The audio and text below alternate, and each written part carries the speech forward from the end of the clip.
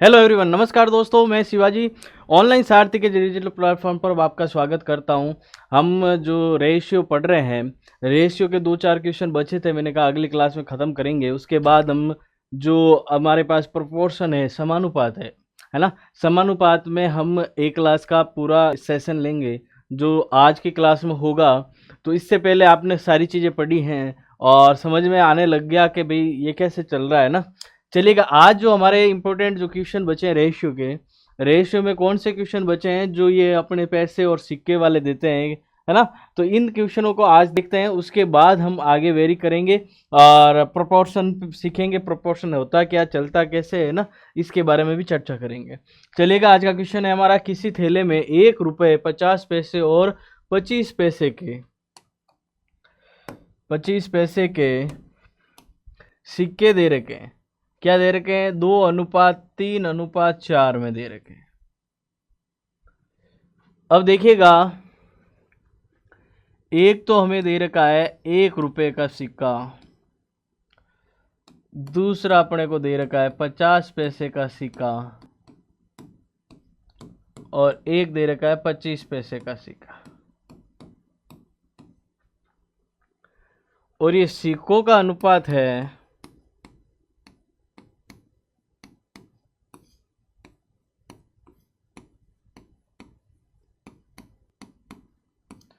जो सिक्कों का अनुपात है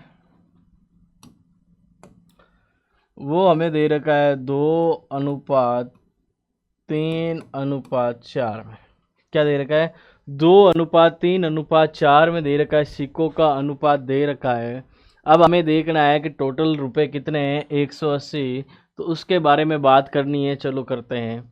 एक बात ध्यान रखिएगा, ये 25 पैसे के सिक्के हैं, तो अब सब आगे या तो ये सब रुपयों में बदल जाने चाहिए या सब सिक्कों में बदल जाने चाहिए। सबसे इजी और सबसे मतलब आसान काम है ना, जो पैसों में बदल के काम होगा आपका। तो मैं क्या करूं, ये तो देखो, ये 1 रुपये को हम क्या लिख सकते हैं, 100 पैसे लिख सकते हैं।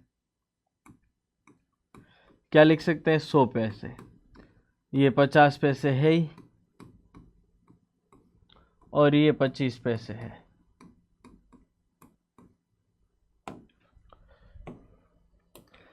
एक बात ध्यान रखिएगा, ये रुपए की बात हो रही है, ये सिक्कों की बात हो रही है। ये कह रहा है 100 पैसे के 2 सिक्के हैं, 50 पैसे के 3 सिक्के हैं, 25 पैसे के 4 सिक्के। तो टोटल पैसे कितने हुए, तो हम उस पे बात करते हैं। तो इनका गुना करेंगे। एक ध्यान रखिएगा भाई, 50 पैसे के 3 सिक्के यानी 50 × 50 × 50 थोड़ी करोगे, नहीं करोगे ना। क्या करोगे? 50 को 3 बार जोड़ोगे या तो 50 को 3 को गुना कर लो, यानी 50 + 50 + 50 करोगे तो ये कितना होता है? 150 पैसे। और नहीं तो क्या करोगे? 50 × 3 करोगे तो इसका मतलब भी 150 पैसे। यानी गुणा करना होता है जितनी वैल्यू है आपके पास, है ना, और जितने सिक्के उनका दोनों का गुना करोगे तो टोटल मूल्य आ जाएगा आपके पास। अब टोटल कुल पैसे आ जाएंगे, कुल पैसे आ जाएंगे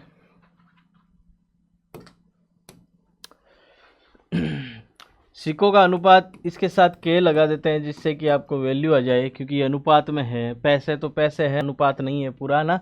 देखो ये कितना हो गया हमारे पास, 200 के हो गए। इनको गुना करोगे ये 150 के हो गए और इनको देखोगे 25 × 100।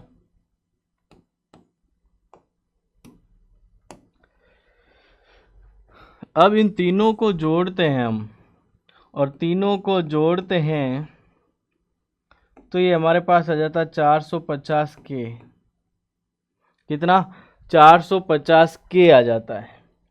एक्चुअल में हमें जो मूल्य दे रखा है वो कितना दे रखा है? 180। थैले में कितने रुपए हैं? 180 रुपये। और हमने निकाले पैसे कितने? 450 के पैसे हैं ना।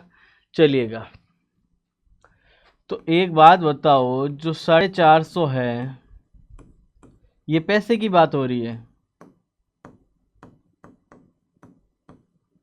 ये पैसे में है क्योंकि हमने यहाँ पैसे में बना लिया इन चीज़ों को, तो ये पैसे में बात आएगी। ये ध्यान रखना थोड़ा सा। और ये पैसे में, ये रुपयों में है बराबर है, लेकिन रुपए में है तो इसको भी पैसे में बदलो, यानी 100 पैसे से गुणा कर देंगे तो ये भी पैसे बन जाएंगे।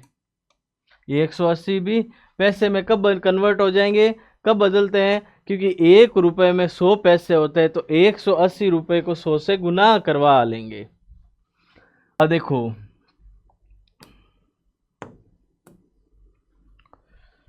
0 से 0 निकल जाएगा, 9 से जाएगा 5 बार 45, 9 से जाएगा 2 बार 18, 5 से जाएगा 1 बार 5, और 5 से जाएगा ये 20 बार। कितनी बार? 20 बार। तो इधर क्या बचा? के बचा, और इधर कितना हो गया? 40। के का मान हमारे पास 40 आ गया। क्या आ गया दोस्तों? 40 आ गया। के का मान 40 आ गया। यहाँ तक तो सोल्व करना ही है, इसके बाद जो चीज़ें पूछी जाती है उसको तो करना है ना। चलिएगा, ये कह रहा है कि 25 पैसे के सिक्के कितने हैं। 25 पैसे के सिक्के कितने हैं, तो सिक्के कितने हैं देखिएगा। 25 पैसे के सिक्के, या देखो 25 पैसे के सिक्के कितने हैं? 4 के। क्या कह रहा है? सिक्कों का अनुपात ये है तो 4 के।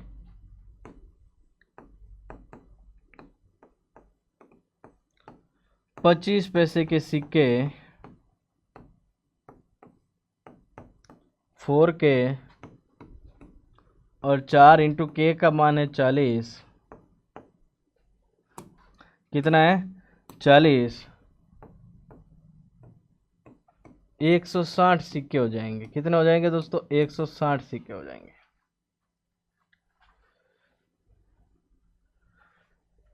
आपको के का मान निकालना है।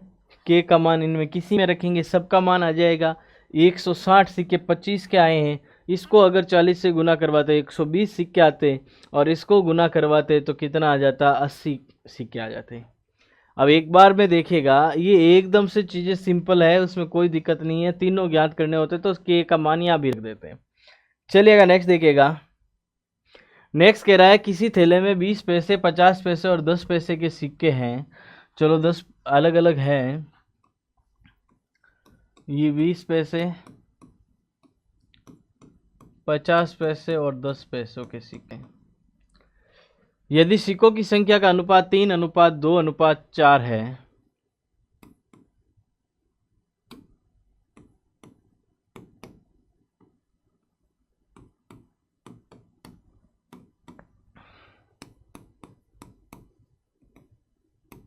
ये सिक्के हैं, ये पैसे हैं।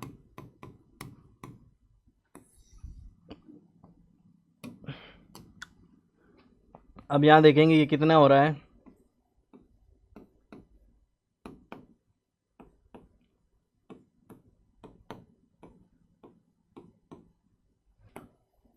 कुल की बात हो, कुल पैसे देखेंगे यहां से, तो ये कितना आ जाएगा? 200 के। और हमें क्वेश्चन में क्या देखा? 80 रुपये दे रखा है। कितना दे रखा? 80 रुपये। तो ये 80 रुपये, लेकिन रुपए और पैसे बराबर नहीं हो सकते, इधर भी पैसे होने चाहिए।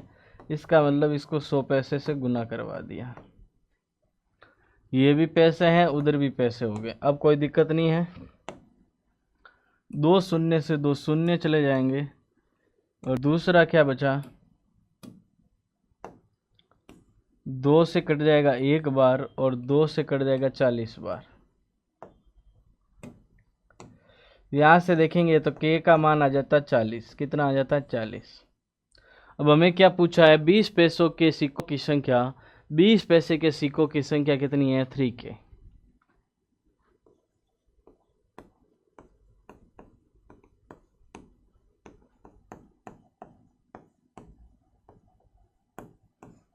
बीस पैसे के 3 के हैं,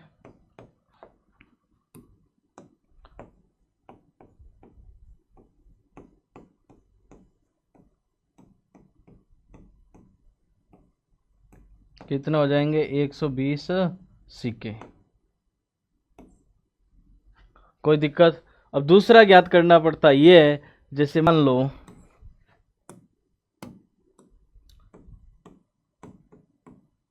50 पैसे के सिक्के की बात हो, 50 पैसे के सिक्के कितने, 2 के, तो कर देते 2 × 40, ये 80 सिक्के आ जाते। उसके बाद अगर 10 पैसे के सिक्के की बात हो जाती,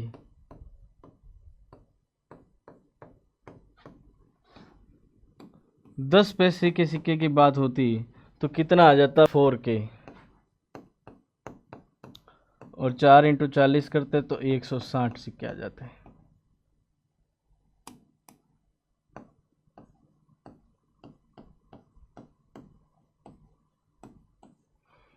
कितना आ जाते, 160 सिक्के आ जाते। अब वैल्यू करके देख लो कि 80 रुपये बन रहे कि नहीं बन रहे, वो भी चेक कर सकते हैं। क्या कर सकते हैं चेक, कि 80 रुपये वास्तव में हो रहे कि नहीं हो रहे। एक बात बताओ, ये 50 पैसे के सिक्के कितने, 80, तो मूल्य कितना होगा, आधा, तो ये 40 रुपये के तो 50 पैसे के सिक्के हो गए, है ना। टोटल 40 रुपये के तो ये हो गए, 40 यहाँ हो गए, तो बचे कितने, 40।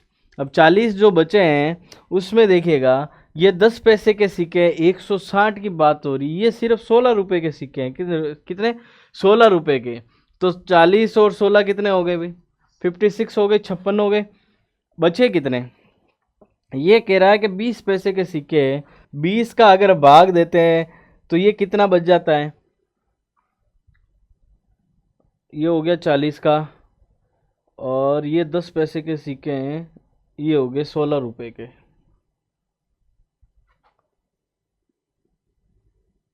50 और 56 हो गए, और यहाँ कितने हो जाते हैं, 120 सिक्के हो जाते हैं। 120 सिक्के, एक सिक्का 20 पैसे का है, कितने का, 20 पैसे का है, तो ये कितने का हो जाता है, और 6 और बात हो गए, बिल्कुल, है ना। तो कैसे काम करेगा ये ध्यान रखना है। 3 दूनी कितना, 6, 60 के, ये कितना हो गया 60, ये कितना हो गया 40 के। इस प्रकार से आप अलग अलग याद करोगे, और ये अनुपात है जो सिक्कों का अनुपात है। किसका अनुपात है, सिक्कों का, और सिक्कों को मूल्य में कन्वर्ट करना है तो किस प्रकार से होगा, 20 पैसे, 50 पैसे और 10 पैसे की बात हो रही है, 3, 2 और 4 की बात हो गई। के इसके साथ इसलिए रखना है, के का मान निकालना है। तो ये 200 के का मान आ गया हमारे पास। 80 रुपये था तो 80 को पैसे में कन्वर्ट किया, 100 पैसे कर लिए। उसके बाद ये के का मान यहाँ से हमारे पास निकल के आ गया है 40। कितना आ गया, 40। 40 निकल के आया। जिस सिक्के का मान ज्ञात करना है उसके साथ रख दिया तो हमारा काम बन गया है। चलिएगा नेक्स्ट देखिएगा, ये आपके क्वेश्चन में नहीं दे रखा है, मैंने ऐसा ही करवाया है ना। हाँ,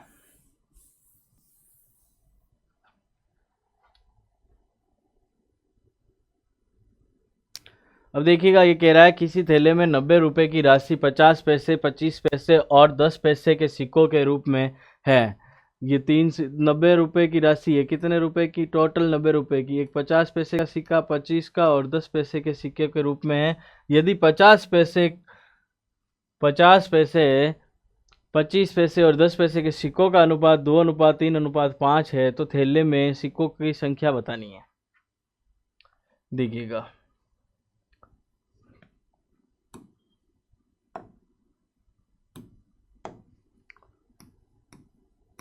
50 पैसे, 25 पैसे और 10 पैसे, क्या है, 50 पैसे, 10, 25 और 10 पैसे।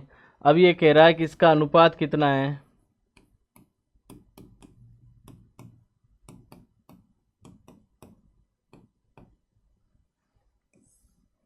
ये अनुपात आ गया है। अब इससे कुल आ जाएगा, ये कितना हो जाता है 100, ये कितना हो जाता है 25, और ये हो जाता है 50। यहाँ से टोटल करेंगे तो ये आ जाता है 225 के, और 225 के हैं वो किसके बराबर हैं,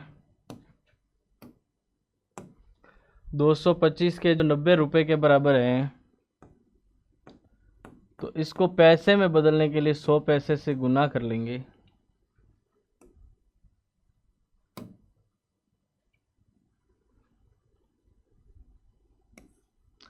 पच्चीस नम 225, 25 चौक 100, ये कट जाएगा एक बार, ये कट जाएगा 10 बार, के का मान आ गया 40। अब किसके बारे में बात हो रही है? 10 पैसे के सिक्कों के बारे में बात हो रही है। ये 10 पैसे के सिक्के हैं।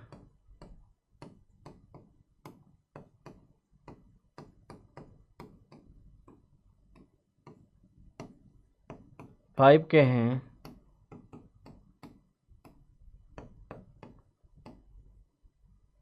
दो 200 सिक्के आ जाएंगे। कितने आ जाएंगे? 200 सिक्के आ जाएंगे साहब। कोई दिक्कत नहीं होनी चाहिए, एकदम सिंपल चीज़ें हैं। ये तीनों क्वेश्चन हो गए। देखो ये वाला भी हो गया यहाँ, और उसके अलावा एक ये हो गया। ये सब चीज़ें हैं जो एकदम सिंपली एक आध क्वेश्चन मिलता है, उसके बारे में ये जानकारी ज़रूरी है। इनको पैसे में कन्वर्ट करो, पैसे में करने से इजी काम होता है। इसके अलावा आपको कहीं फंसने की ज़रूरत नहीं है, क्योंकि बाकी जगह अगर फंसे तो मामला गड़बड़ हो सकता है। लेकिन अपने को इजी वे में काम करना है और सिंपल सी चीज़ें हैं, पैसे में कन्वर्ट करो, कोई दिक्कत नहीं आएगी। सिक्कों का अनुपात दे रखा है और सब चीज़ें सिंपल है। चलिएगा, फिर ये हो गया वापस। उसके बाद ये अपना तीसरा हो गया, ये वाली चीज़ हो गई, कोई दिक्कत। चलिएगा नेक्स्ट देखिएगा। ये कह रहा है किन्हीं 3 लगातार वर्षों में एक व्यक्ति की आय का अनुपात 2:3:4 है और दूसरे वर्षों में आय में प्रतिशत वृद्धि तीसरे वर्ष प्रतिशत वृद्धि से कितनी ज़्यादा है। चलिएगा देखिएगा।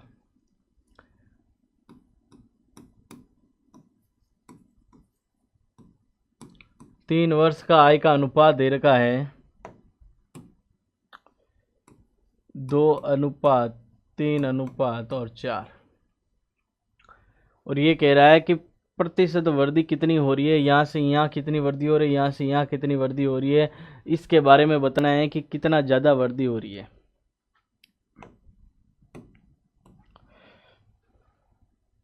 देखो यहाँ से यहाँ वृद्धि कितने की हो रही है? 1 की। और यहाँ देखा जाए तो यहाँ से यहाँ वृद्धि कितनी हो रही है? +1 की वृद्धि हो रही है।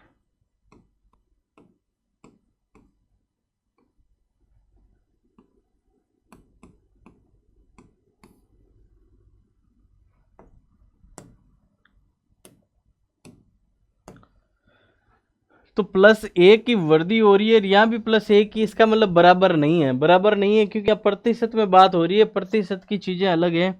तो यहाँ प्रतिशत वृद्धि कितनी होगी? 1 की वृद्धि हुई है, 2 पे हुई है। प्रतिशत बनाने के लिए 100% से गुना करते हैं। किससे करते हैं? 100% से। इसको सॉल्व करते हैं, ये 50% की वृद्धि आ जाती है। ये पहले से दूसरे वर्ष की बात हुई। अब दूसरे से तीसरे वर्ष में वृद्धि कितने की हुई है? वृद्धि 1 की हुई है। किस पे हुई है? 3 पे हुई है। प्रतिशत बनाने के लिए 100% से गुना कर लेते हैं और यहां से आ जाएगा 33.1/3% वृद्धि।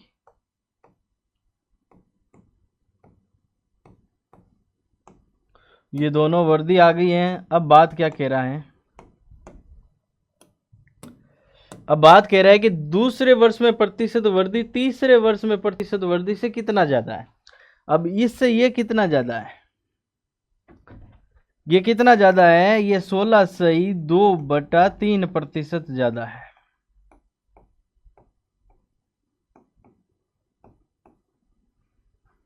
तीसरे की वृद्धि है ना, उससे दूसरे की वृद्धि जो 16.2/3% ज्यादा है। क्या है?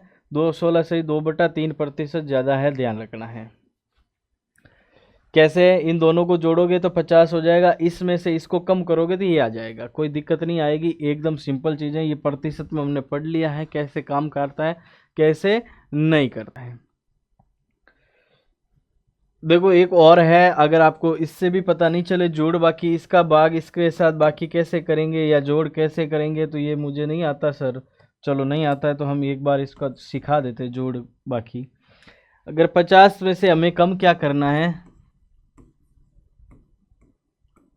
16.2/3 कम करना है। 50 में से कम कितना करना है, 16 सही 2/3। एक बार हम बात काम करेंगे, 50 में से हम कम कितना कर लेते हैं, कम कर लेते हैं 16, है ना, कि 17 कम कर लेते हैं, एक ज़्यादा कम कर लेते हैं ना।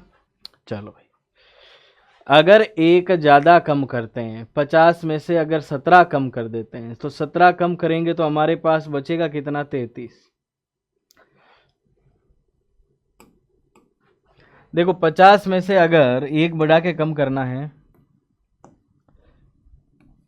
इसकी जगह अगर 17 मान के कम करें तो मेरा आएगा 33। कितना आंसर आएगा, 33। अब एक मैंने ज़्यादा घटाया है, तो एक में इसलिए घटाया है, एक में से अगर 2/3 घटाना है मेरे को। इसको घटाने के लिए क्या करना होता है, 3 में से 2 घटाए तो बचा कितना, 1, तो 1 बच जाएगा, बटे में कितना, 3, तो ये 3, ये इसका आंसर आ जाता है। इसको घटाने का ये तरीका है। 50 में से ये घटाना है तो एक ज़्यादा घटा लो, 17 घटा लो, 16 थे तो 17 घटा लो, 17 कम करते ही 33 हो गया। फिर क्या करो कि ये इस 3 में से 2 को घटाओ तो 1 बचता है, तो 1 ऊपर बच गया, बटे में 3 रहेगा। ये इसका घटाने का तरीका है। अब कोई दिक्कत नहीं होनी चाहिए। दूसरा, अगर इसको जोड़ते, किसको जोड़ते, 33 सही 1/3 प्लस 16 सही 2/3 को जोड़ते, तो इनको सीधा जोड़ो, इनको सीधा जोड़ो तो 49 होता है। 1/3 प्लस 2/3, अगर दोनों का आधार ये सेम है तो ये दोनों जोड़ लो, 3/3 कितना होता है, 3/3 कितना होता है, 1, तो 1 ये 49 ये, तो कितना हो जाएगा, जोड़ 50 का हो जाएगा। बस ये चीज़ें काम करती है ना दोस्तों। चलिएगा इसको हटा देते हैं यहाँ से, ये आपको सिखाने के लिए था, सिखा दिया है। चलिएगा नेक्स्ट देखिएगा। नेक्स्ट तो हमने ये पहले कर लिया है। हाँ, ये कह रहा है ए बी तथा सी तीन संख्याएं इस प्रकार से हैं कि ए का 4 गुना, किसका, ए का 4 गुना, लो सर, ए का 4 गुना बी के 5 गुने के बराबर है। और फिर कह रहा बी का 6 गुना सी के 8 गुने के बराबर है। चाहे इसको साइड में लिख देता है फिर। ए का 4 गुना बराबर क्या है, बी का 5 गुना। और फिर कह रहा बी का अगर 6 गुना हो वो सी के 8 गुने के बराबर है। किसके बराबर है, 8 गुने के बराबर है।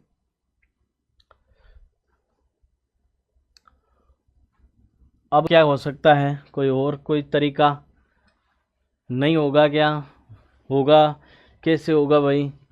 ये देखो, ए का 4 गुना, बी का 5 गुना, ये बी का 6 गुना और सी का 8 गुना। अगर ये बी का ये बी और ये बी दोनों बराबर हो जाएं तो सारी संख्याएं बराबर हो जाएगी। इसके लिए ध्यान रखना। तो सबको बराबर कैसे किया जाए, सबको बराबर कैसे किया जाए, अगर इसको 6 से गुना कर लेते पूरी को, और इस पूरी को अगर 5 से गुना कर लेते हैं, किससे, 5 से गुना कर लेते हैं, तो दोनों बराबर आ जाएंगे। नहीं तो एक काम और हो सकता है, एक काम और हो सकता है, तो वो कर लेते पहले। ये देखो, 2 से कटता है 4 बार, ये 2 से कटता है 3 बार, ये हमारा अनुपात आ गया। अब इसको गुना कर सकते हैं हम 3 से, और इसको गुना कर सकते हैं हम 5 से। चलो इसका गुना इसके साथ करो तो ये कितना आ जाता है, 12a। इसका गुना इसके साथ करते हो तो ये आ जाता है 15b। यहाँ देखते हो तो ये इसके साथ गुना होगा तो 15b, और ये इसके साथ गुना होगा तो 20c। क्या हो जाएगा, 20c। ये सब बराबर हो गए हैं, इसका मतलब अब बराबर सारी चीज़ें हो गई है। 12a बराबर 15b बराबर 20c। अगर अनुपात चाहिए तो ये सारे के सारे बटे में होने चाहिए। बटे में कैसे आ सकते हैं, अब देखिएगा। ये किससे कट रहा है, किसी से कट नहीं रहा है। चलो किसी से नहीं कट रहा है तो ये भाग किसका, देखो एक बात ध्यान रखना, एलसीएम अगर 12, 15 और 20 का लिया जाए तो इनका एलसीएम कितना होगा, 60। 60 ऐसी संख्या होगी, छोटी से छोटी संख्या जिसमें ये तीनों का भाग जा सकता है, उसके अलावा कोई भी नहीं होगी। तो इन सब में 60 का भाग दे देंगे हम। 20 का कितनी बार जा रहा है, 3 बार। 15 का कितनी बार जा रहा है? 4 बार। 12 का कितनी बार जा रहा है? 5 बार। तो a बटे में 5, b बटे में 4 और c बटे में 3, यही इसका अनुपात है। यही अनुपात है, 5:4 तो आ जाएगा a/b/c 5:4:3। हमेशा बटे में होना चाहिए, वही अनुपात होगा, उसके अलावा अनुपात नहीं होगा, ध्यान रखिएगा। तो इन तीनों का अनुपात का बात हुई है, इन तीनों का अनुपात आ गया 5:4:3 आ गया। नेक्स्ट देखिएगा, नेक्स्ट क्या कह रहे हैं। नेक्स्ट अच्छा, ये पूरे हो गए हैं। उसके बाद हम समानुपात पे जाते हैं। तो समानुपात के लिए थोड़ी सी बात कर लेते हैं। समानुपात होता क्या, कैसे चलेगा, है ना।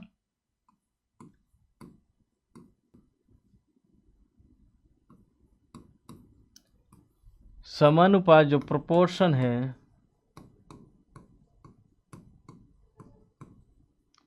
जो प्रोपोर्शन है, देखो हमने रेशियो पढ़ लिया, अनुपात पढ़ लिया, समानुपात में बात हो रही है।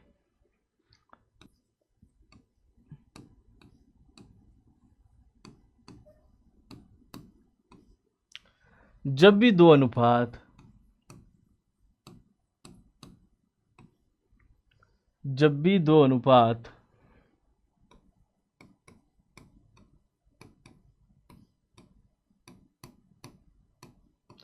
बराबर होते हैं तो इन्हें समानुपात में लिखा जाता है।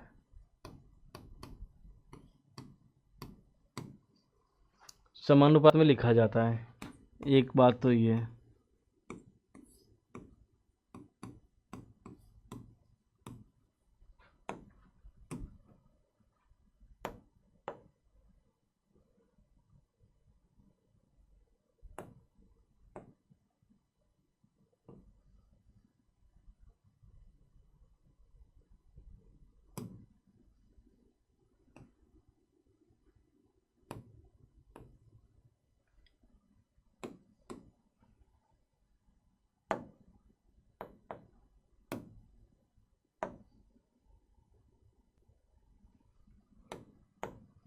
चलिए, ये तो ये बात हुई, कैसे लिखा जाएगा।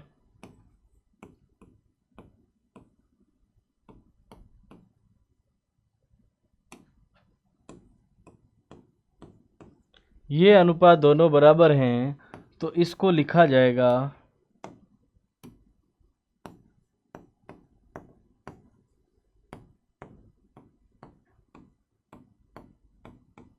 ये जो दो डॉट है यही समानुपात है।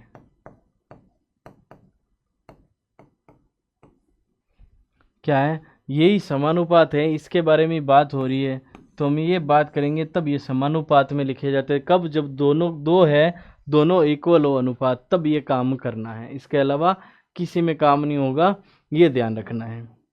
अब दूसरी चीज़ है, इसमें 4 चीज़ें आ गई है, ये 1 2 3 4, तो 4 चीज़ें कैसे काम करती है इसके बारे में भी चर्चा कर लेते हैं।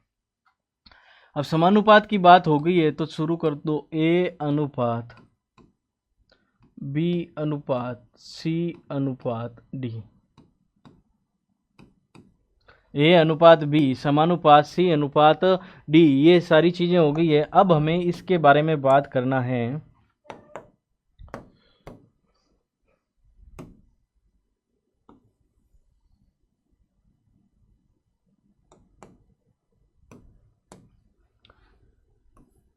ये जो है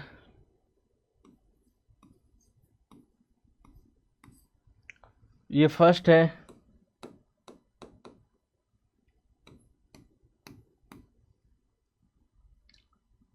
ये वाली बात हो रही है सेकंड की हो रही है,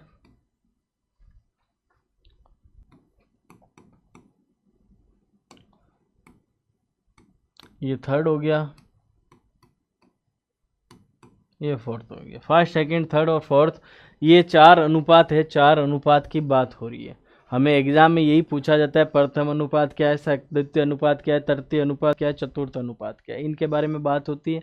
तो ये सारी चारों चीज़ें हमें अगर पता होती है, तीन चीज़ इसमें से कितनी चीज़, चाहे एक दो तीन हो तो चौथा ज्ञात हो जाएगा, अगर ये नहीं हो, पहला तीसरा और दो चौथा हो तो दूसरा ज्ञात हो जाएगा, पहला दूसरा चौथा हो तो तीसरा ज्ञात हो जाएगा, दूसरा तीसरा चौथा हो तो पहला ज्ञात हो जाएगा। ये ध्यान रखना है।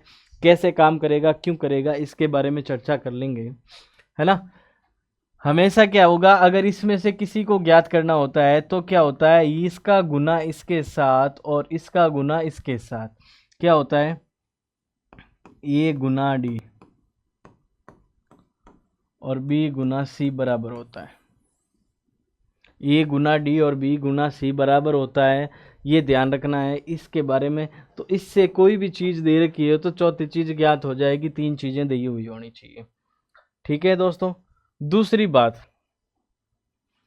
उसके अलावा दूसरी जो बात है उसमें एक और चीज़ दी हुई होती है। वो चीज़ क्या है, अगर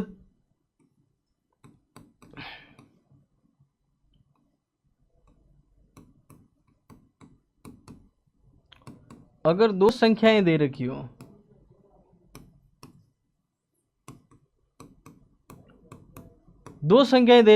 तो क्या करेंगे, ये तो जब चार संख्या में से तीन संख्याएं, ये क्या होगा,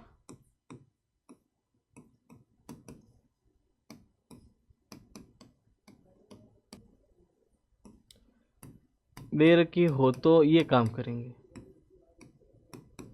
जब तीन संख्याएं दे रखी तो ये, अगर दो संख्याएं दे रखी है तो कैसे करेंगे।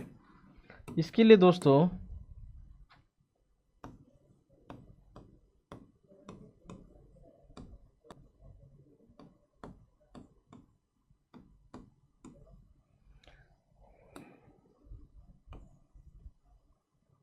ये करेंगे, ए अनुपात बी समानुपात बी अनुपात सी करेंगे। क्या करेंगे, अब देखिएगा, इस चीज को कहते हैं फर्स्ट, क्या कहते हैं, फर्स्ट प्रोपोर्शन।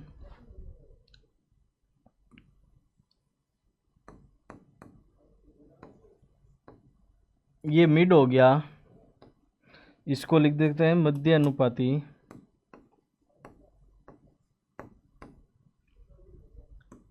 और ये जो थर्ड प्रोपोर्शन हो गया,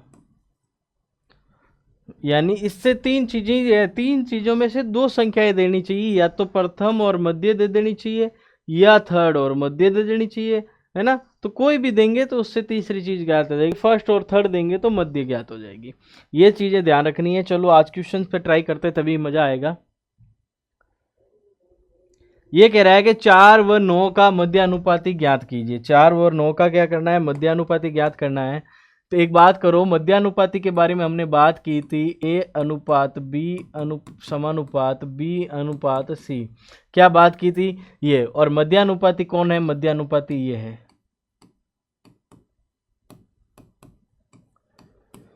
ये हमने यहाँ बात की थी कि ये मध्य में कौन है, बी है, बाकी तो ये प्रथम और थर्ड, यानी फर्स्ट और थर्ड है। चलो यहाँ तक बात हो गई, तो चलिएगा आगे देखिएगा। मध्यानुपाती में दो संख्याएं दे रखी 4 और 9, यानी मध्यानुपाती तो ज्ञात करना है। इसका मतलब है ये 4 अनुपात बी समानुपात बी अनुपात 9, ये वाली चीज दे रखी है। क्या चीज दे रखी है, ये वाली चीज दे रखी है। चलो इसको सॉल्व करते हैं, अभी जैसे किया वैसे एक बार सॉल्व कर लेते हैं। इन दोनों का गुना और इन दोनों का गुना बराबर होता है, यानी बी स्क्वायर बराबर का 4 इंटू 9, बी बराबर में √4 इंटू 9 हो गया, और ये 9 चौक 36 यानी 6 आ गया। बी मध्यानुपाती कितना आ गया,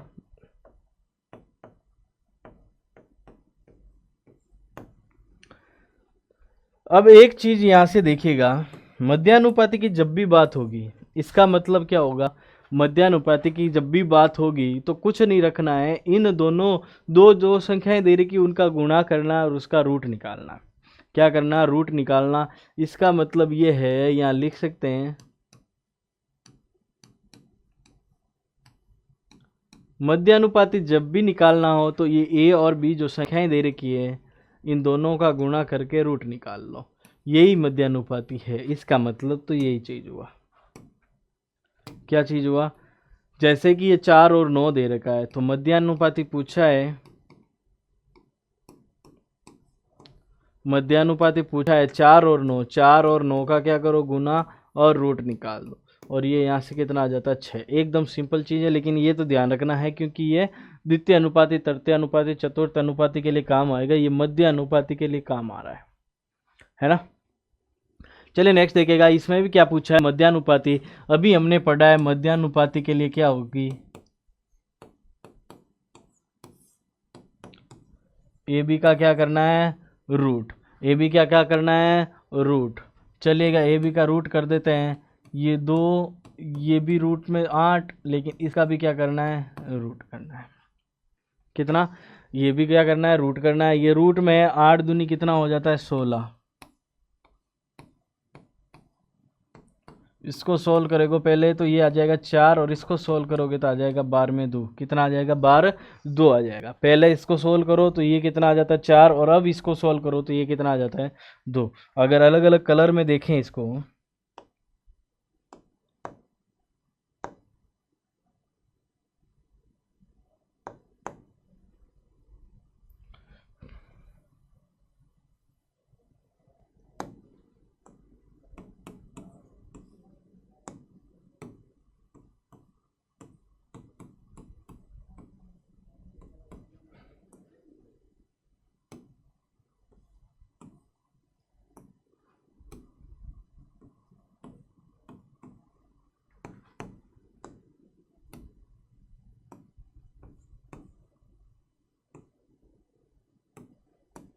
ये 16 से निकालोगे तो ये जाएगा 4, और यहाँ से निकालते तो ये आ जाएगा 2 आंसर।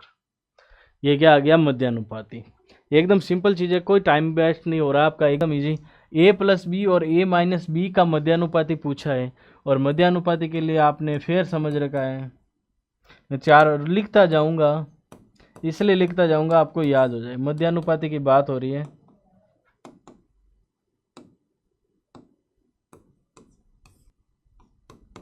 ये भी क्या होता है, ए बी का रूट। ये ए की जगह तो क्या है, ए प्लस बी, और बी की जगह क्या है, ए माइनस बी। इसका रूट निकालना है।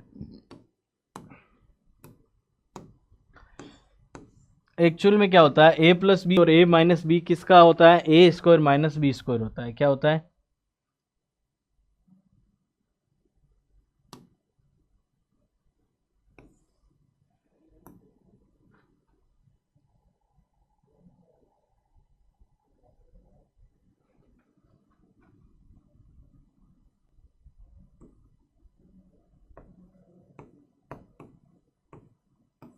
क्या आ जाएगा, ए स्क्वायर माइनस का बी स्क्वायर आ जाएगा। इसका होता है ए प्लस बी और ए माइनस बी होता है। ये मध्यानुपाती आ गया हमारा। चलेगा नेक्स्ट देखिएगा, नेक्स्ट क्वेश्चन क्या कह रहा है, इसमें भी मध्यानुपाती पूछा है, और मध्यानुपाती के लिए हमने पहले ही भी समझ रखा है। एकदम सिंपल चीज़ें आपको एक बार याद रखनी है। मध्यानुपाती के लिए क्या होता है, रूट में ए बी। तो रूट में ए बी की बात हो रही है, तो क्या है, 3√3 इंटू क्या है, √3।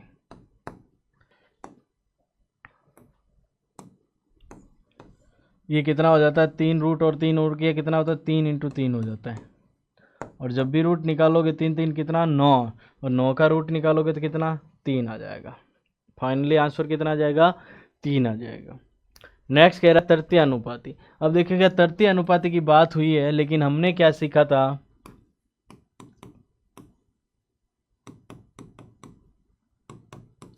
यही तृतीय अनुपाती के लिए बात हुई थी हमारी।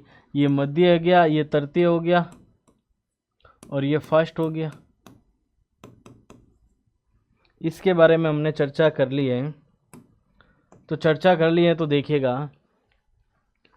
तृतीय अनुपाती की बात हुई है, यानी ये है फर्स्ट और ये है मिड, यानी मध्य है ना।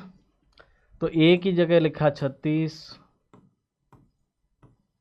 48, 48, और यहाँ कुछ नहीं है, तो तृतीय अनुपाती x हो जाएगा। कितना हो जाएगा, x हो जाएगा। इसमें कोई दिक्कत नहीं होनी चाहिए।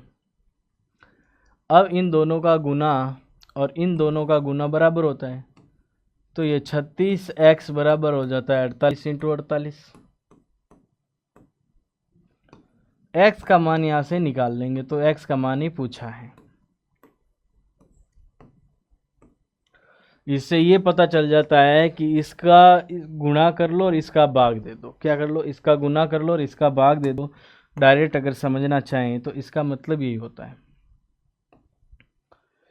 12 से काटेंगे, 12 तिया 36 और 12 चौको 48।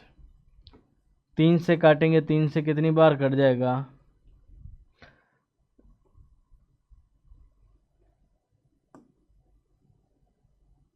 16 बार कट जाएगा। और x का मान यहाँ से देखेंगे, 16 चौक 64 आ जाएगा। कितना आ जाएगा? 64 आ जाएगा। ये हमारा क्या आ गया? तृतीय अनुपाती। ये x की बात हुई है, x तृतीय अनुपाती है। इस प्रकार से यहाँ भी रखेंगे, ये भी तृतीय अनुपाती की बात हो रही है। तृतीय अनुपाती की बात हो रही है, यानी x की बात हो रही है, यानी 3 गुना 3 करो बटे में 2 करो। यानी ये है मध्य अनुपाती। मध्य अनुपाती का डबल करो और इसका भाग दो। ये है फर्स्ट। बार बार सब लिखने की जरूरत नहीं है। x का मान आ जाता है 9 बटे में 2। कितना आ जाता है? 9 बटे में 2। एकदम सिंपल चीज है, कुछ भी नहीं करना है। अब ये कह रहा है इसका तृतीय अनुपाती, यानी ये कह रहा है कि x का मान निकालना है 6 गुना 6 करो और 4 का भाग दे दो। x का मान यहाँ से आ जाता है 2 से कट जाएगा 2 बार, 2 से कट जाएगा 3 बार, 2 से कट जाएगा 1 बार, 2 से कट जाएगा 3 बार। 3 3 कितना? 9 आ जाता है। एकदम सिंपल चीजें हैं, कोई दिक्कत नहीं आ रही है। एकदम सिंपल चीजें एक बार समझ लो। इसमें भी तृतीय अनुपाती की बात हो रही है, यानी इसका तो डबल कर दो और इसका भाग दे दो।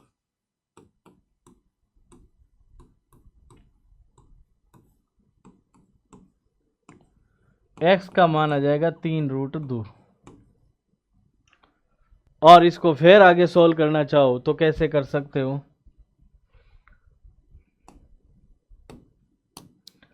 ऊपर नीचे √2 से गुना करेंगे, तो x का मान आ जाएगा 3√2 और नीचे दोनों का गुना आ जाएगा 2। ये भी आंसर सही है और ये भी आंसर सही है, लेकिन हमें यहाँ तक की बात पूछी जाए तब काम करना है, बाकी यहाँ तक का काम हो जाएगा। कोई दिक्कत नहीं है। तृतीय अनुपाती में भी एकदम सिंपल है।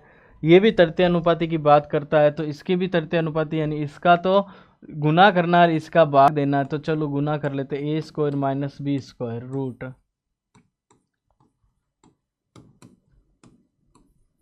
रूट बटे में क्या हो जाएगा? a माइनस का b।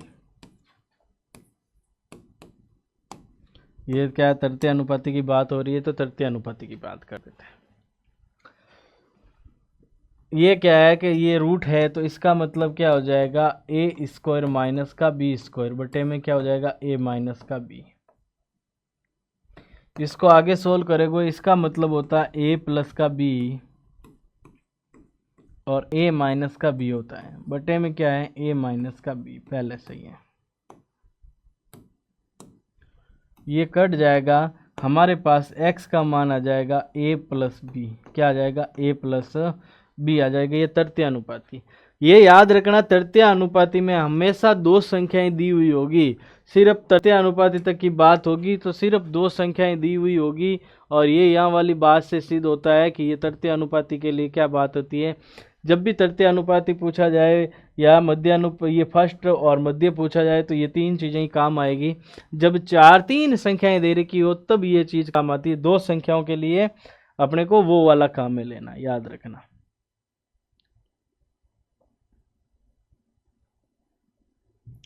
अब हम आ जाते हैं, देखिएगा चतुर्थ अनुपाती की बात हो रही है। कितनी? तीन संख्याएं दे दी है ना। इसका मतलब पहले वाला रेशियो काम में लेना है। कौन सा वाला? a अनुपात b अनुपात c अनुपात d वाला काम में लेना है। इस प्रकार से काम में लेना है। अब इसमें तीन संख्याएं दे रखी है, चौथी को x मान लो और कर लो, कोई दिक्कत नहीं है, कहीं भी दिक्कत नहीं आएगी आपको। ये कह रहा है कि 2:4 समानुपात, सॉरी यहाँ समानुपात है ना, 3:x। x यानी चौथी बात हो रही है। ये मैंने बोला था फर्स्ट है, ये सेकंड है, और ये थर्ड है, और ये फोर्थ है। अब आपको क्या बोला था मैंने? कि इनका गुना, तो ये कितना 2x बराबर का 4 इंटू 3। x का मान हो जाता है 4 इंटू 3/2। 2 से कट जाएगा 2 बार और x का मान आ जाएगा 6। कोई दिक्कत है? ये चतुर्थानुपाती ज्ञात हो गया आपका। और देखिएगा, और कह रहा है चतुर्थानुपाती ज्ञात करूं, तो ये आ गया √3 अनुपात √2 समानुपात 3√3 अनुपात x। कुछ भी नहीं है, इसका मतलब x। तो x का मान ज्ञात करोगे, इन दोनों का गुना और इसका देंगे भाग। यही लिख देते पहले, भाग डायरेक्ट नहीं देते हैं, चलो कोई नहीं। अभी कहोगे क्यों दिया। ये x का मान आ गया √3 2 इंटू 3√3/√3। ये यहाँ से यहाँ कट जाता है, 3√2 आ जाता है आंसर। कोई दिक्कत नहीं है, एकदम सिंपल चीज़ें हैं, एकदम सिंपल है। चलिएगा, ये आ गया x बराबर का 1/3 y बराबर का 1/2 z। तो इसके बारे में बात हुई, x y z ज्ञात करना है। देखो एक चीज़ दे रखी है x बराबर का 1/3 y, तो इसको मैं लिख सकता हूँ x, ये गुणे में है तो यहाँ आएगा तो बटे में y बराबर का 1/3। एक तो ये बात होगी। दूसरा दे रहा y बराबर 1/2 z। ये z गुणे में मैं भाग में ला सकता हूँ, y बटे में z बराबर 1/2। मैंने एक बात बताई थी आपको कि अगर मेरा y का मान 3 है तो y का मान मेरा यहाँ भी 3 हो जाता है, तो मेरा काम हो जाता है। तो कोई चलो दिक्कत नहीं है, इसको 3 से गुना कर लेते हैं। इसको 3 से क्या कर लेते हैं, गुना कर लेंगे। तो ये कितना हो जाएगा 3/6। इसको हटा देता हूँ। चलो गुना किससे करेंगे, 3/3 से। देखो 3/3 से करने का मतलब 3 से 3 कट जाएगा। 1 से गुना किसी संख्या को करो, कोई फर्क नहीं पड़ता है। अब देखो y मेरा यहाँ भी 3 है, y यहाँ भी 3 है, यानी मेरा x अनुपात y जो है वो है 1/3, और जो y अनुपात जो z है मेरा, वो है मेरा 3/6। इसका मतलब आपको बोला है x अनुपात y अनुपात z पूछा है। x कितना है सर 1, y कितना है 3 और z कितना है 6। दूसरा तरीका मैंने पहले से बता रखा आपको कि x अनुपात y अनुपात z पूछा जाए। x अनुपात y कितना है 1/3। अगर ये आगे गुना नहीं करते हो तो भी निकालने का तरीका सबसे सिंपल चीज़ है जो बता दी मैंने। अब बता देता हूँ, x अनुपात y अनुपात z सिंपल, और उसके बाद एक और चीज़ है जो आपने सीख रखी है, वो भी बता देता है। क्या करते हैं, वो भी बता देते हैं। देखिएगा x अनुपात y अनुपात z की बात हो रही है। चलो x अनुपात y कितना, यहाँ से देखें, ये वाली चीज़ तो बाद में देख लेंगे। 1/3 है तो ये 1/3। z के लिए मैंने क्या बोला, इसको ले जाओ यहाँ 3 को, और आगे वाले अनुपात को करना है उल्टा। ये 1/2 दूर का है, इसको कर देंगे 2 अनुपात में क्या 1 कर देंगे। 2 अनुपात में क्या कर देंगे, 1 कर देंगे। अब 1 कर देंगे तो 1 का तो कोई मतलब नहीं है, तो ये हो गया 1/3 दूनी कितना 6। ये आगे देख लो 1/3 6। ना गुणा करने की ज़रूरत पड़ी, ना बराबर करने की ज़रूरत पड़ी, कोई काम नहीं, एकदम सिंपल चीज़ थी, यहाँ से ही आ गई। अब ये वाली चीज़ जो देखी थी 1/3 यानी 1/3, और ये था 1/2, ये 1/2। तो इसके आगे यहाँ 3 लिखो, इसके आगे 1 लिखो। अब गुना करो, ये 6, ये कितना 3, और ये गुना करोगे तो 1। ये तीनों तरीके से भी इसका आंसर निकाला जा सकता है। सबसे सिंपल कौन सा लगा, सबसे सिंपल और इम्पोर्टेंट चीज़, अच्छी चीज़ है ये वाला। क्या है, ये वाला जो मैंने पहले बता रखा आपको, इसीलिए मैंने पहले नहीं बताया, मैंने कहा बाद में बताते हैं, आपको कैसा लगता है। ठीक है, चलिएगा नेक्स्ट क्या कह रहा है। नेक्स्ट कह रहा है कि 2 की पावर में 1.5 है और 2 की पावर में 0.5 है, तो इसका अनुपात बताना है ना। 2 की पावर में 1.5 अनुपात 2 की पावर में 0.5।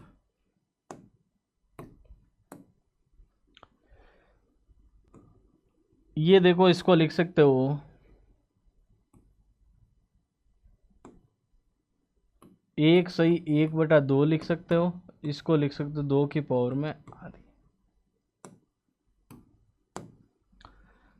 अगर इसको काटा जाए तो ये क्या आ जाता है, 2 की पावर 1 बच जाता है, और यहाँ की 2 की पावर कितना बच जाता है, 0, क्योंकि आधा है, आधा यहाँ से कम कर देते हैं तो क्या बच जाता है, 0। क्या बच जाता है, 0। ये ध्यान रखना है। तो ये 0 बच गया है, तो 2 की पावर 1 हमेशा 2 होता है, 2 की पावर 0 हमेशा क्या होता है, 1। तो 2:1।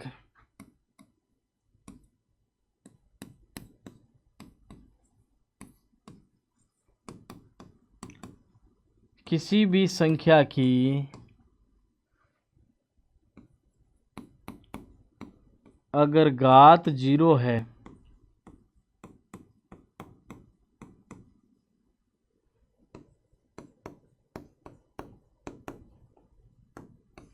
उस संख्या का मान कितना हो जाएगा, फाइनली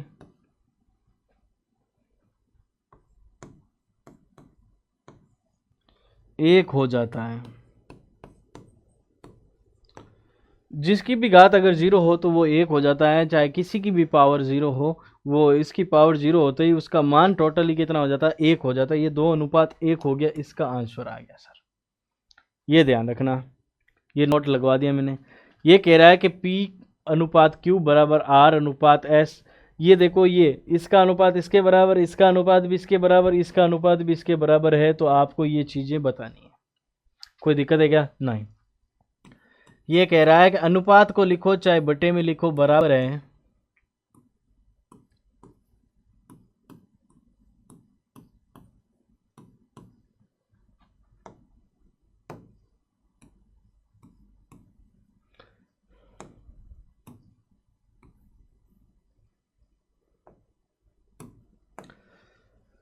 इसका मतलब यह है कि ये P का मान भी 2, R का मान भी 2 और T का मान भी 2, Q का मान भी 3, S का मान भी 3 और U का मान भी 3 है। अब आपको क्या करना है, इसका अनुपात बताना किसके बराबर है। अब आपको क्वेश्चन में दिया है MP प्लस का NR प्लस का OT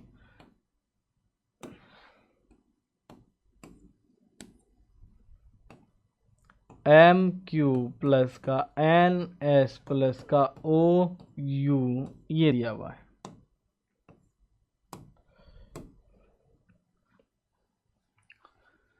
अब आपके पास M का मान कहीं नहीं दिया हुआ, N का कहीं नहीं दिया हुआ, O का कहीं नहीं दिया हुआ, तो P का मान कितना है, 2।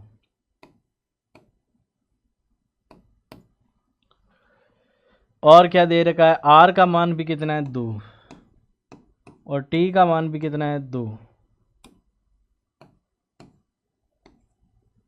अच्छा, R का दे रखा है क्या, N का नहीं दे रखा ना।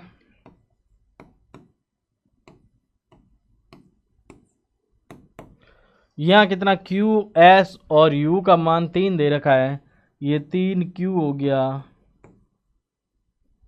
अरे M सॉरी, ये भी क्या है, बड़ा चंचल।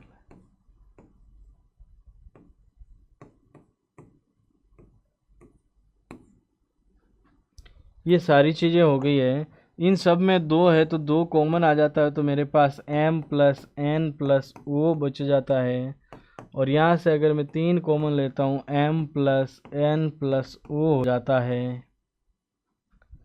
और यहाँ से देखा जाए तो ये और ये दोनों कट ही जाता है, तो 2 अनुपात कितना आ जाता है, 3 आ जाता है। कितना आ जाता है दोस्तों, यहाँ से 2 अनुपात 3 के बराबर है। ये सारी चीज़ें इसके बारे में बात हुई है। चलेगा, नेक्स्ट क्वेश्चन देखिएगा। नेक्स्ट कह रहा है कि 2 विद्यालय हैं, ए तथा बी में विद्यार्थियों की कुल संख्या 990 है। कितनी है, 990 है। उसके बाद बोल रहा है कि यदि विद्यालय ए के विद्यार्थियों की संख्या में 5% की कमी हो और बी के विद्यार्थियों में 14% की वृद्धि हो तो दोनों विद्यालयों की संख्या समान हो जाती है ना।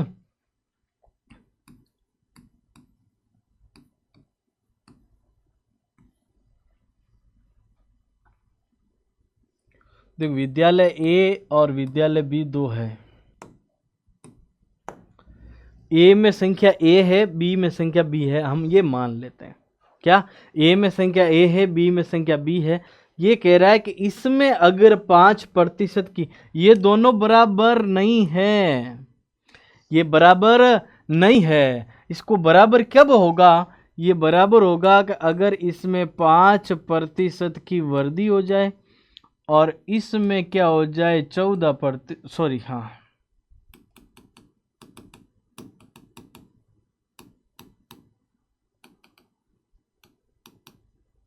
5% की कमी हो जाए और इसमें क्या हो जाए 14% की वृद्धि हो जाए, तब ये जाके बराबर हो जाएंगे। ये कह रहा है तब इसकी संख्या समान हो जाएगी, इसके बारे में बात हो रही है। तो ए का 5% कम करेंगे, अगर 100 है, ए अगर 100% है तो 5% कम करेंगे तो ये 95% हो जाएगा। और अगर बी की बात करें, बी 100% है और अगर 14% बढ़ा दे तो ये 114% हो जाएगा और ये संख्या जो है वो बराबर हो जाएगी। ये चीज कही है इसने।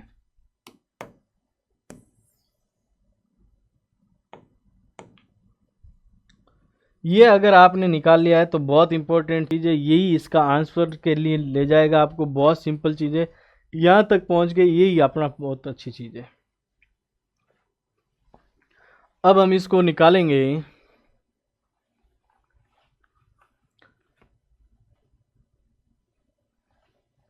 ये काटेंगे तो किससे कटेगा, 7 और 9, इसका रेशियो निकालें। देखो प्रतिशत से तो प्रतिशत हट जाएगा और किसका जाएगा,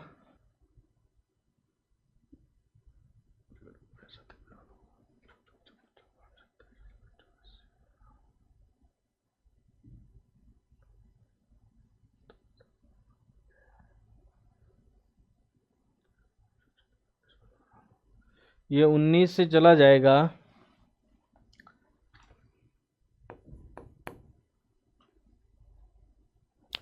ये 19 से कटेगा, कलर चेंज कर लेते हैं। ये 19 से कटेगा 5 बार, ये 19 से कटेगा 6 बार, और यहाँ से हम देखेंगे ए, अगर इसको बी को बटे में ले आए तो ये बी आ जाएगा। ये यहाँ 6 है ही, और 5 अगर गुने में, इसको अलग से ही लिख देते हैं। चलो ये आ जाता a गुना 5 बराबर b गुना 6। क्या आ जाता है, a गुना 5 और b गुना 6। तो यहाँ से हमारे पास आ जाता है a अनुपात b, 6:5। इसको ऐसे भी लिखा जा सकता है और ऐसे भी लिखा जा सकता है, दोनों चीज़ का मतलब एक ही है, ये चीज़ है। अब आपको क्या कहा है उसके बारे में चर्चा करो। ए के संख्या से अनुपात क्या है, ए का बी से अनुपात क्या, हमने पूछ लिया। ये 990 की ज़रूरत ही नहीं थी, लेकिन दिया आपको किस लिए, फंसाने के लिए। ये काम ही नहीं था, अनुपात पूछा था, अनुपात हमारे पास आ गया, यही हमारा आंसर है। चलिएगा नेक्स्ट क्वेश्चन देखिएगा। नेक्स्ट क्वेश्चन कह रहा है कि कक्षा 9th के 2 सेक्शन है ए एंड बी का वार्षिक परीक्षा में गणित के प्राप्तांकों का औसत कितना है, 74। उसमें ए सेक्शन के प्राप्तांकों का औसत है 77.5 और बी का है 70। तो इसके बाद में क्या है, छात्रों की संख्या का अनुपात बताना है ए और बी में, दोनों में। चलो बात करते हैं अपन। 2 सेक्शन दे रखा है, एक तो ए दे रखा है, एक बी दे रखा है। ए सेक्शन में टोटल नंबर आ रहे हैं आपके पास 77.5 और बी सेक्शन में नंबर आ रहे हैं आपके पास 70। और अगर इन दोनों को मिला लें, तो नंबर आते हैं हमारे पास 74। ये तीन चीज़ें कही है कि ये दोनों, एक के इतने नंबर आ रहे, दूसरे के इतने आ रहे, टोटल नंबर आ रहे हैं इतने। अनुपात पूछा है, इसको एलिगेशन मेथड यानी मिश्रण के अनुपात से पढ़ेंगे हम, इसको देखते हैं। तो देखो ज़्यादा बड़ा है, इसमें से इसको कम कर लो तो कितना आ जाता है, ये 3.5 आ जाता है। क्या आ जाता है, 3.5।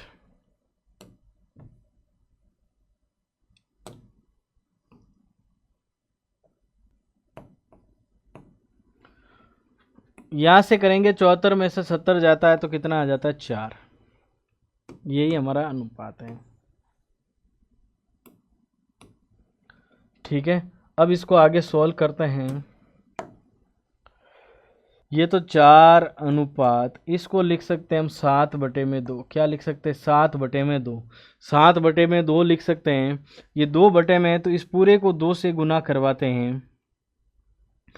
अगर इसको भी गुना 2 करवाते हैं और इसको भी गुना 2 करवा देते हैं तो ये 2 से तो 2 कट जाएगा और ये हो जाएगा 8 अनुपात। 2 से 2 कटेगा तो आ जाएगा 7। क्या आ जाएगा, 8:7, जो हमारा क्या हो जाएगा आंसर। ए अनुपात बी जो होगा 8:7 हो जाएगा। ये गुना किस लिए करवाया है, ये गुना करवाया इसीलिए नहीं है मैंने कि भाई मेरे पास कुछ चीज़ें हैं, मैं पॉइंट हटाना चाहता हूँ। तो पॉइंट कैसे हटा सकता हूँ वो बता देता हूँ आपको। चलो अलग से बता देते हैं, इजीली छोटा कर देते हैं इसको। ये मेरे पास आया 3.5 और ये आ गया मेरे पास 4। इसको हटाने के लिए मुझे क्या करना पड़ेगा, बटे में 10 पॉइंट हटेगा तो 10 हो जाएगा, बटे में कितना हो जाएगा, 10 हो जाएगा। कोई नहीं, इसको इधर गुना कर लो और इधर कुछ नहीं है तो 1 है, इसको इधर गुना कर लो, ये आ जाता है 40:35। लेकिन ये कट रहा है। अनुपात कब होता है, जब कट कुटा के फाइनली छोटी सी चीज़ आ जाए जिसमें आगे कटना बंद हो जाए। ये देखो 5 से कटता है, 5 से कटता है 8 बार और ये 5 से कटता है 7 बार।